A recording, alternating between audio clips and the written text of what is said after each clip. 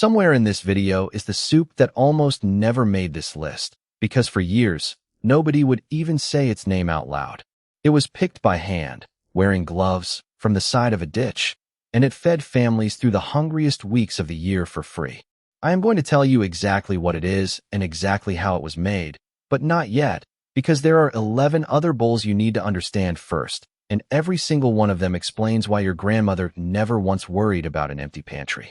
If you have ever wondered how families ate well on almost nothing, stayed warm through winters with no supermarket down the road, and never wasted so much as a potato peel, this video is going to answer that question one pot at a time. Stick around, because bowl number 9 is the one people are still talking about in the comments, and by the end, you will understand why some of the smartest cooking in human history came out of the plainest kitchens on earth. Before we start, hit that subscribe button, because every week we dig up more of this old wisdom and bring it back to your table. Let us get into it. Food 1. Split pea soup, the pot that fed empires before anyone wrote down a recipe. There is a reason split pea soup has survived for thousands of years while so many trendy dishes have come and gone. People were simmering dried peas into a thick, hearty pottage back in ancient Greece and Rome, long before anyone thought to call it a recipe at all. The reason it lasted is simple. A bag of dried split peas costs next to nothing, sits happily in a pantry for years without spoiling, and turns into a filling, satisfying meal with little more than water, an onion, and a bit of patience. On the old homestead, this was the pot you reached for when the garden was bare and the snow was piled high outside the door. Here is what most people get wrong today. You do not need to soak split peas at all. Rinse them, drop them straight into the pot, and let them simmer low and slow until they break down into a naturally creamy base with no cream required. Add a chopped carrot, a rib of celery, and a bay leaf, and you have a full supper for almost nothing. Dried peas also carry a solid dose of plant protein and fiber, which is exactly why hardworking farm families leaned on this pot to keep them going through long days in the field. Nobody needed a nutrition label to know this soup worked. It was cheap, it was simple, and for generation after generation, it never once let anyone down. Even the color of the finished pot told a story. That deep, earthy green that meant something warm and filling was waiting on the stove no matter how bare the shelves looked that week. Some families stretched it even further by tossing in a leftover heel of bread or a spoon of whatever grain was on hand. Proof that this soup was never really about a fixed recipe at all. It was about making sure nobody left the table still hungry. Food 2. Old-fashioned onion soup, the cure poor families trusted before it ever wore a lid of cheese. Long before onion soup showed up in fancy restaurants dressed up under melted cheese and a fancy crock, it was the humblest dish a struggling household owned. Onions have always been one of the cheapest things at the market, which made them a true ally for families who could not afford much else. A pot of onions cooked down slow in water or broth was the meal a household turned to when money ran thin and someone in the family was feeling poorly. Old herbal healers across Europe swore by steamed and simmered onions, convinced the plant could pull sickness right out of the body. Here is the part most people rush past when they try this today. The real secret of onion soup is time. You have to let those onions cook low and slow until they turn soft, golden, and sweet, because that slow transformation is where all the deep flavor hides. Rush the process and you end up with a thin, sharp broth that tastes like almost nothing. Take your time, and you get something rich enough to feel like a genuine treat, especially with a splash of vinegar stirred in right at the end to brighten the whole pot. Your ancestors did not need a laboratory to tell them a bowl of hot onion soup was one of the most comforting things a tight budget could buy. It still is today. What is easy to miss is how differently every region made it. Some families thickened it with a spoon of flour when they had it to spare, others floated a slice of hard, dry bread on top simply because that was the bread they had left, and some finished it with whatever cheese sat in the cellar, long before it ever became a restaurant classic. The pot changed with whatever was on hand, but the comfort it delivered never did. Food 3. Garlic soup, the cold season remedy from the old farmhouse kitchen. If onion soup was the everyday standby, garlic soup was the pot pulled out the moment someone started sniffling. In farmhouse kitchens across France, Spain, and Eastern Europe, a simmering pot of garlic soup was practically a winter ritual, reached for at the very first sign of a cold. Before you wrinkle your nose at the idea, understand that cooked garlic is nothing at all like raw garlic. Simmer whole cloves gently, and they turn soft, mellow, and almost sweet, losing their sharp bite completely. Garlic has been trusted as a healing plant for more than 5,000 years, valued by everyone from Egyptian laborers to Roman soldiers long before anyone understood why it worked. The traditional recipe is about as homestead-friendly as it gets. Brown a couple of heads of garlic, add a chopped onion and a diced potato for body. Then pour in broth and simmer everything until soft. Mash or blend it smooth. And if you want to go further, some families would poach an egg right in the broth or float a piece of toasted bread on top. One practical warning worth remembering: do not let the garlic burn while it browns, or the entire pot turns bitter and there is no saving it. Keep the heat gentle and patient. This was the bowl Grandma handed you the moment the weather turned, and it earned that trust the honest way. In some households, the broth was even poured over a slice of bread sitting at the bottom of the bowl, letting it soak and soften into something almost like a porridge, a trick that made a small pot of soup feel like a much bigger meal when there was not much else in the house to serve alongside it. Food 4. Cabbage soup, the winter workhorse that never once let a family down.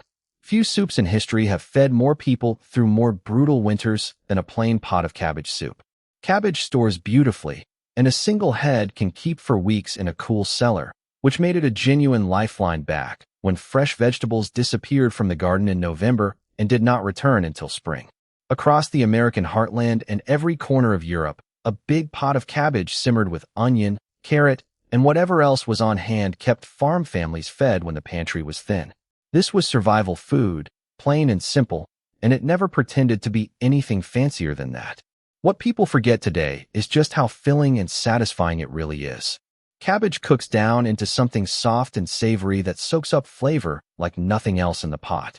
Add a little tomato, a handful of beans, and a few potatoes, and suddenly a nearly free vegetable turns into a hearty, complete meal. Cabbage also holds up well to long, slow cooking without turning to mush, especially if you add it in stages the way old cooks did, keeping a pot going for days and adding to it as the week rolled on. A whole head of cabbage still costs less than a candy bar today, yet it can anchor a meal for an entire family. The old way was smarter, and this humble pot proves it every single time you make it. Some grandmothers kept a version going nearly all winter long, ladling out bowls as needed and simply adding fresh water, another handful of cabbage, or whatever root vegetable turned up that week, so the pot never truly emptied and never truly repeated itself either. Food 5. Potato and leek soup, the creamy comfort that never needed a drop of cream. Here is a soup that tastes rich enough to feel like a luxury, yet it was born from the plainest ingredients any homestead could offer. Potato and leek soup is what thrifty families made when they wanted something that felt special without spending an extra dime. Leeks are simply the gentler, sweeter cousin of the onion, and they grow happily in cool weather when other crops have already given up for the season. Pair them with potatoes, which any farm had stored in abundance down in the cellar, and you get a naturally creamy soup without needing dairy at all. That is the trick most modern cooks never learned. When potatoes cook down soft and are mashed or blended, their own starch makes the whole pot silky and thick on its own. A splash of something creamy never hurt, but it was never required. The old recipe is almost embarrassingly simple. Sweat the leeks slowly in a little fat, add chopped potatoes and broth, simmer until everything turns tender, and mash it to whatever texture you like best. One quick safety note worth remembering: leeks trap grit down between their layers, so slice and rinse them thoroughly before they ever hit the pot.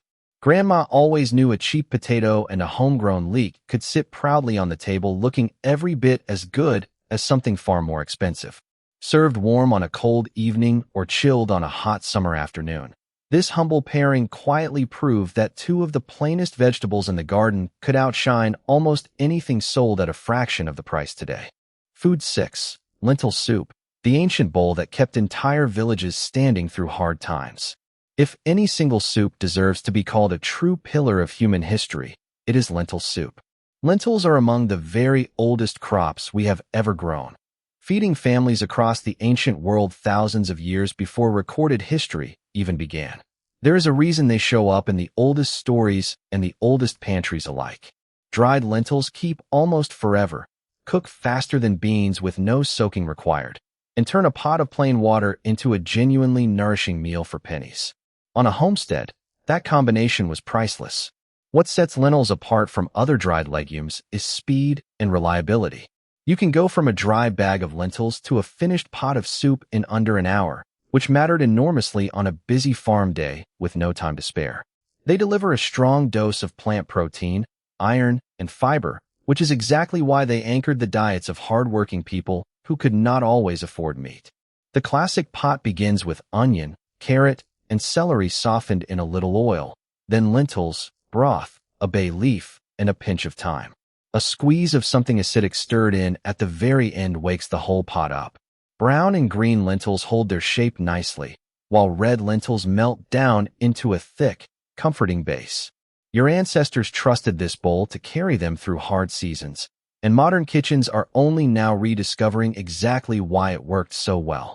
It is worth remembering that lentil soup traveled across nearly every continent long before global trade made that sound impressive, carried in the diets of ancient farmers, desert traders, and mountain villagers alike, all of whom had discovered the same simple truth from completely different corners of the world. Before we roll into the second half, do me a quick favor. If any of these old recipes are stirring up good memories, drop a comment and tell me which soup your own grandmother used to make on cold nights. Give this video a like so more people can rediscover this old wisdom. And if you have not already, go ahead and subscribe right now. We are just getting to the good part. Food 7. Bean and barley soup. The stick-to-your-ribs pot built for hard-working days. When a family needed a soup that could truly fill a hungry belly, they reached for beans and barley. This is stick-to-your-ribs cooking in its purest form, the kind of meal that kept a farmhand going from sunup to sundown without complaint. Barley is one of the oldest cultivated grains on earth, and it brings a wonderful chewy hardiness to the pot along with a natural thickening power all its own.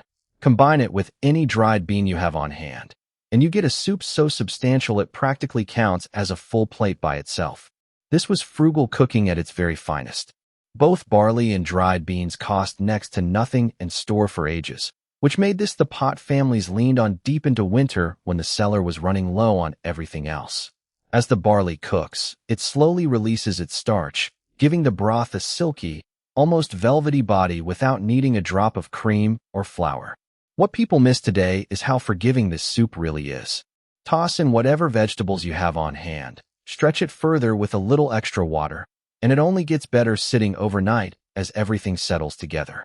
Just remember that beans need proper time to soften fully, so do not rush the pot.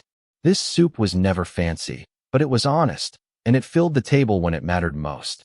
Many farmhouse kitchens kept a pot of it going through the coldest working months of the year, ladling out steaming bowls before dawn to send hungry hands out into the cold with something solid already sitting in their stomachs. Food 8. Minestrone, the everything-in-the-pot soup born from pure thrift. Minestrone is proof that some of the greatest food ever invented came straight out of the need to waste absolutely nothing. This rustic Italian soup was never a fixed recipe with strict rules. It was a practical way to use up whatever seasonal vegetables and pantry scraps a household had sitting around, making sure nothing that could go in a bowl ever ended up thrown out. That is the entire spirit of the dish. Poor Italian families built it from beans, a small handful of pasta or rice, and whatever had come out of the garden that particular week. What makes minestrone genuinely brilliant is exactly that flexibility. In summer, it filled up with zucchini, tomatoes, and fresh green beans. In the colder months, it leaned on dried beans, cabbage, and hearty root vegetables instead. Nothing was ever wasted, and every single version tasted a little different from the last. The beans give it staying power, and the greens give it color and life, while a little pasta stretches the whole pot to feed a crowd on a tight budget. Here is a trick the old cooks knew well. Save your vegetable trimmings and simmer them into a quick broth for the base, and the entire pot tastes noticeably deeper for it. A rind of hard cheese dropped in while it simmers adds richness, though the soup stands proud without it too. This was thrifty, flexible cooking, and it never once got boring at the table. No two families ever made it quite the same way, and no two pots from the very same kitchen ever tasted quite identical either, which is exactly why minestrone earned a permanent place in homes long after fancier, more rigid recipes had come and gone. Food 9. Nettle soup, the stinging weed that fed families for free every single spring. Now we finally arrive at the one I promised you earlier, and it sounds almost unbelievable until you understand the full story behind it. Stinging nettle, the very plant most people fight to yank out of their own yards today, was once a treasured spring food gathered on purpose, year after year, by people who knew exactly what they were doing. Our ancestors understood something we have almost completely forgotten. Those young, tender nettle tops, picked in early spring, cooked down into a soup that tastes something like a richer, earthier spinach, and it cost families absolutely nothing beyond the time it took to gather it. For households coming out of a long, hard winter with a nearly empty pantry, that early flush of green growing wild was a genuine gift from the land. Nettles are packed with minerals and were long trusted as a strengthening spring tonic during the exact weeks when fresh food was hardest to come by. Here is the crucial part, and please listen closely if you ever plan to try this yourself. You must wear gloves to gather nettles, and you must only pick the young, tender tops in early spring, well away from roadsides or any area that may have been sprayed. The sting disappears completely the moment nettles hit hot water or a hot pan, so once cooked, they are perfectly safe and gentle to eat. Never eat them raw, under any circumstances. The classic soup simmers the cooked nettles with onion and potato, then blends everything smooth into a beautiful, deep green bowl. If you are not confident identifying wild plants yourself, learn from someone who genuinely knows what they are doing, or skip foraging entirely and admire the story instead. For those who understood it, this so-called weed was never a nuisance at all. It was one of the very first free meals of the entire year, arriving before the first lettuce, before the first pea, before almost anything else the garden had to offer, which is exactly why generations of families watched the fence lines every spring, waiting for it to appear. Food 10. Tomato soup from the garden, the true taste of summer saved for the darkest days of winter. The tomato soup our grandparents made bears almost no resemblance to the thin, sugary stuff poured straight from a can today. Theirs was the pure, concentrated taste of a summer garden, often made from tomatoes they had grown and preserved with their own hands. In the height of the season, when the vines produced far more than any family could possibly eat fresh, thrifty cooks canned and preserved the surplus specifically so they could enjoy that same summer flavor again in the dead of winter. A jar of home-canned tomatoes opened in January was a small burst of July trapped in glass, and that was the entire point of doing it. Real tomato soup starts with good, ripe tomatoes, fresh or preserved, simmered slowly with onion and garlic until the flavor deepens and concentrates into something intense. A little fresh basil from the windowsill, a pinch of salt, and the soup barely needs anything else added to it. The old cooks also knew a secret worth borrowing today. A small pinch of baking soda gently softens the natural acidity of the tomatoes, making the soup smoother without adding any dairy at all. If you want it genuinely creamy, a handful of white beans or a boiled potato blended in does the job beautifully. This was resourcefulness at its very best, capturing the absolute peak of the harvest and locking it away for the coldest, darkest days still to come. One taste, and you understand completely why families went to all that trouble every single summer. Rows of glass jars lined up in the cellar were more than just food storage. They were a kind of quiet pride, a visible record of a hard season's work that would carry a family's flavor and comfort all the way through to the next harvest. Food 11. Carrot and root vegetable soup, the cellar pot that carried families through to spring. By the deep of winter, the fresh garden was nothing but a distant memory. But down in the root cellar, the carrots, parsnips, turnips, and onions were still holding strong and waiting patiently to be used. This is the soup that made the most of that stored abundance, turning humble roots into a sweet, hearty, warming bowl exactly when the world outside had frozen solid. Root vegetables were the true backbone of winter survival on the old homestead. Buried in sand or piled carefully in a cool cellar, they lasted for months at a time, and a good root vegetable soup put every last one of them to work. Carrots and parsnips turn surprisingly sweet when cooked slowly, especially if you roast them first before they ever meet the broth, and that natural sweetness becomes the true heart of this entire pot. Here is the trick the old cooks understood well. Roasting the roots first caramelizes their natural sugars and gives the whole soup a deeper, sweeter, richer flavor than simply boiling them ever could. Simmer them until soft, blend everything smooth, and finish with a little warming spice to round it out. It costs almost nothing and uses exactly what a cold season pantry already has sitting in abundance. One thing worth remembering: do not peel too aggressively, since much of the good flavor and nutrition sits just beneath the skin, and a good firm scrub is usually enough. This was the pot that carried families through the longest stretch of the year, all the way until the first green shoots finally returned. It asked for almost nothing beyond what was already stored away, and yet it delivered a bowl warm and sweet enough to make even the harshest stretch of winter feel a little more bearable at the table. Food 12, white bean soup, the creamy protein pot that cost almost nothing and asked for almost nothing in return. We finish with the one that quietly did more work than almost any other pot in this whole list. A pot of white bean soup was a true cornerstone of frugal home cooking for generations, simple, creamy, and quietly nourishing in a way that never called attention to itself. Dried white beans were one of the cheapest sources of real, filling protein a family could ever buy, and they stored on the shelf almost indefinitely without spoiling. That made them a genuine pantry insurance policy against lean times. When money was tight and the garden was long finished for the season, a bag of dried beans meant nobody in the house went to bed hungry that night. What makes white beans especially wonderful in soup is how naturally creamy they become once properly cooked. As they soften, some of them break down on their own and thicken the broth into something rich and velvety with absolutely no cream or flour required. Mash a portion of them against the side of the pot, and the whole thing turns luxuriously smooth in minutes. The classic recipe leans on garlic, onion, a little rosemary or sage, and a good, honest broth. Here is where most people get it wrong today. Salt your beans too early in the process and the skins can toughen up, so it is almost always better to wait until they are nearly soft before seasoning heavily.